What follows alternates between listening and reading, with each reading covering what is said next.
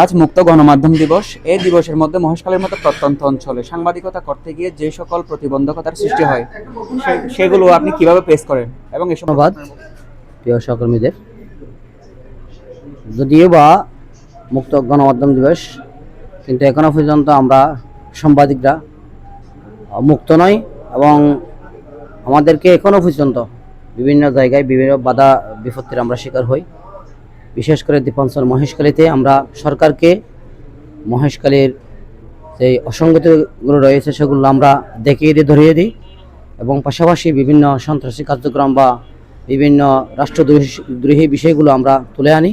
আমাদের মাধ্যমে প্রশাসন খবর পায় এবং আমরা সরকারকে সবসময় সুন্দর রাষ্ট্র গঠনে আমরা পরামর্শ দিয়ে থাকি এবং আমাদের লেখনের মাধ্যমে সরকার প্রত্যন্ত অঞ্চল থেকে যেই দেশের সকল খবরগুলো পায়।